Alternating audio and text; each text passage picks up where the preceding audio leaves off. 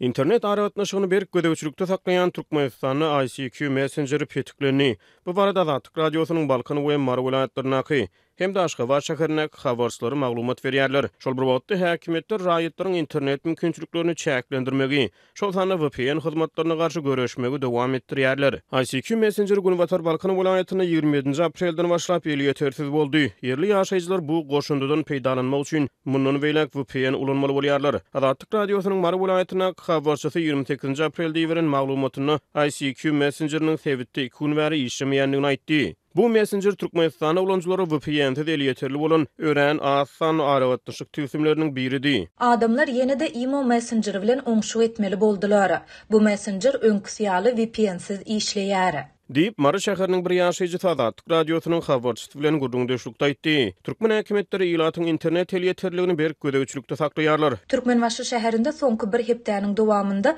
öý interneti arkaly VPN indirendikleri anyklanan 50den gowrak müşteriniň öý interneti kesildi. Diýip ýagdaýdan habarly Çeşme Azatlyk radiosynyň habarçysyna gurrun berdi. Türkmenistan internet ulanjylary soňky wagtlarda ilaty petiksiz elýeterli bolan ICQ Messenger'iniň adamlaryň arasyna internet petigini böwütmek bilen bagly maglumatlary paýlaşmakda peýdaly bolanyny, ýöne bu mümkinçilikleriň hem inni giderlerini aýdýarlar. Soňky günlerde ICQ Messenger arkaly VPN sewdasy güýçlenipdi.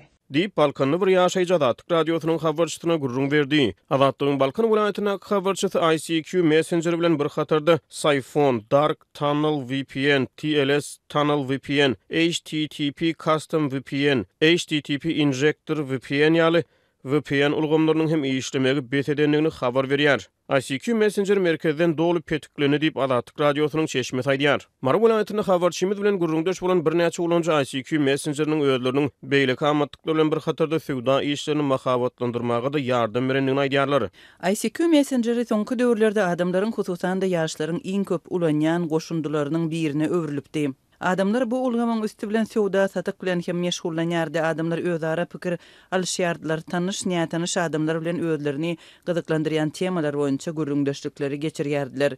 ICQ adamlar üçin mahabat mümkinçiliklerini hödürleýärdi. Gyzykly kitaplar barada ýa-da durmuşda bolan wakalar barada gurrunlar gozgalýardy. Diýip bir marly ulanjy Azatlyk radiosynyň habarçysyna gurrun berdi. Bu aralykda bu makale efir üçin taýýarlanýan makale Azatlyk radiosynyň Aşgabat şäherine habarçysy ICQ Messenger'iniň Aşgabatda 28 aprelde takminan günüň ikinji ýarymyna işlemegi betedenligini habar berdi.